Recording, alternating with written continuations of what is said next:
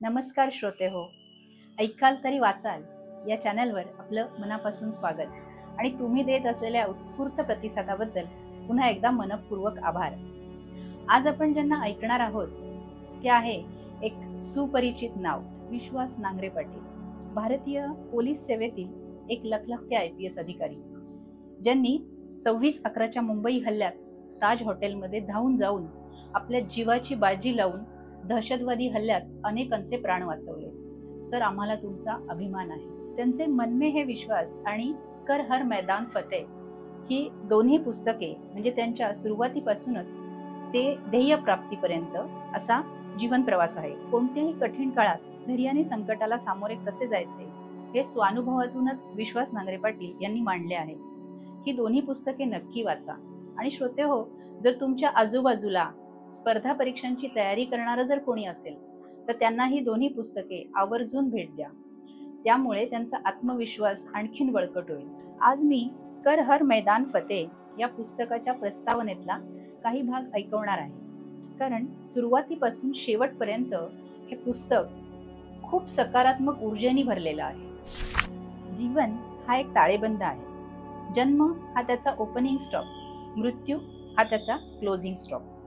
जे काही आपल्याला प्राप्त होते ते आपले क्रेडिट, जे आपल्यापासून निघून जाते ते डेबिट. आपल्या आयडिया या आपल्या ठेवी आहेत, आपल्या वाईट सवयी हे आपल्यावरील कर्ज आहे. आपल्याला मिळणारे सुख आनंद हा आपला नफा आहे आणि आपले प्रत्येक दुःख हे आपले नुकसान आहे. आपला आत्मा ही आपली पत आहे, आपले हृदय ही आपली स्थिरमत्ता आहे, आपले चारित्र्य हे आपले भांडवल आहे.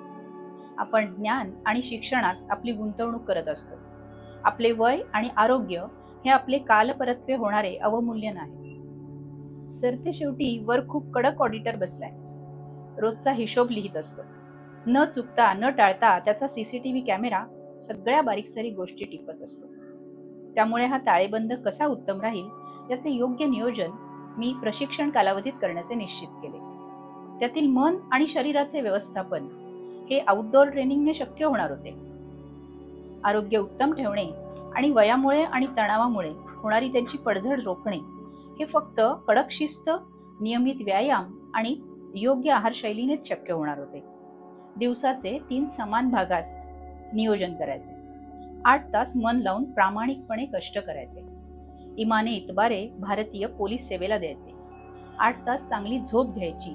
राहिलेले 8 तास 3Fs, 3H आणि 3S असे द्यायचे. 3F म्हणजे फॅमिली, फ्रेंड्स आणि फेथ. 3H म्हणजे हेल्थ, हायजीन आणि हॉबी. आणि 3S म्हणजे सोल, सर्व्हिस आणि स्माइल. मग रोजचा ताळेबंद कसा सुटसुटीत आणि सोपा होऊन जातो. हा सगळा आत्तापर्यंत माझ्या आयुष्याचा ताळेबंद मी या पुस्तकाच्या पानांमध्ये मांडला आहे. त्यामागची भूमिका ही तात्विक आणि सात्विक जीवनशैली स्वीकारण्याची आहे. आयुष्याच्या प्रवासात चुका सगळेच करतात, पण त्या चुका इतरांच्या आणि स्वतःच्या अनुभवातून निश्चित टाळता येतात. आणि एकदा झालेली चूक परत होता कामा नये हा नियम खूप महत्वाचा आहे. एका बापाने आपल्या किशोरवयीन मुलीला लिहिलेलं पत्र माझ्या वाचनात आले होते. ते आपल्या लेखीला म्हणतात, हे पत्र मी 3 कारणांसाठी लिहित आहे. 1, आपलं जगणं, नशीब आणि दुर्घटना हे आपल्या हातात नसतात. आपण किती जगणार हे कोणीही सांगू शकत नाही. दुसरं म्हणजे मी जर तुला हे सगळं नाही सांगितलं तर दुसरं कोण सांगणार. तिसरं कारण मी सांगतो आहे तो सगळा माझा कटू अनुभव आहे आणि तो कदाचित तुला तुझ्या भविष्यातील नको त्या डोकेदुखीपासून वाचवू शकेल. तुझ्या जीवन प्रवासात तू ह्या गोष्टी नेहमी ध्यानात ठेवाव्यास. जर तुझ्याशी कोणी चांगलं वागत नसेल तर त्यांच्याबाबत तू मनात कटुता ठेवू नकोस. मी आणि तुझी आई सोडून तुझ्याशी चांगलं वागायची जबाबदारी कोणीही घेतलेली नाही. आणि जर तुझ्याशी कोणी खूप जवळीक दाखवत असेल, तुला खूप गोडी गुलाबी लावत असेल तर जरा जपून राहा, कारण अशा लोकांच्या प्रत्येक चालीमागे काहीतरी स्वार्थ लपलेला असतो. ते तुझे खरंच शुभचिंतक आहेत असं आंधळेपणाने समजू नकोस. दुसरा धडा, जगात कोणीच अपरिहार्य नाही आणि अशी कोणतीच वस्तू किंवा गोष्ट नाही जी तुझ्याकडे असलीच पाहिजे. हे सर्व जेवढे लवकर तुला समजेल तेवढे आयुष्यातील धक्के तुला अधिक सक्षमतेने पेलता येतील. ज्यावेळी तुला कोणी झिडकारेल, फसवेल, हाकलून देईल किंवा ज्यावेळी तुला अत्यंत प्रिय असणारी व्यक्ती किंवा वस्तू तू गमावशील, त्यावेळी पुन्हा ताकदीनं उभं राहायला अडचण येणार नाही. तिसरं हे ध्यानात ठेव, जीवन हे झपाट्यानं व्यतीत होतं. ते रोज हातातून सुटत असतं, अगदी हातातलं पाणी झिरपावत असं. जर आज वाया घालवलास तर उद्या तुला जाणवेल की आयुष्य संपतंय. हे लवकर ध्यानात आलं तर तुला तुझ्या जीवन प्रवासात मजा चाकता येईल.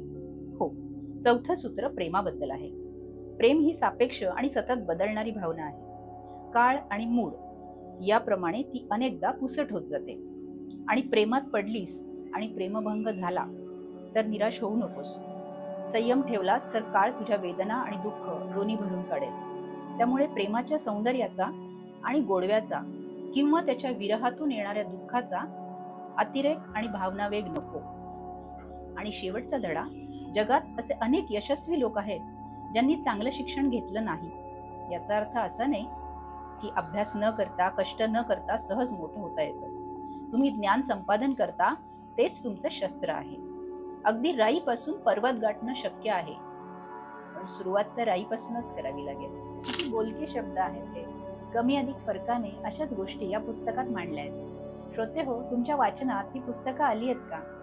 आणि अशीच काही पुस्तकं असतील तर मला नक्की सुचवा. आणि माझं वाचन जर तुम्हाला आवडत असेल तर लाईक करा, शेअर करा आणि ऐकाल तरी वाचाल या चॅनलला नक्की सबस्क्राईब करा. भेटूया लवकरच.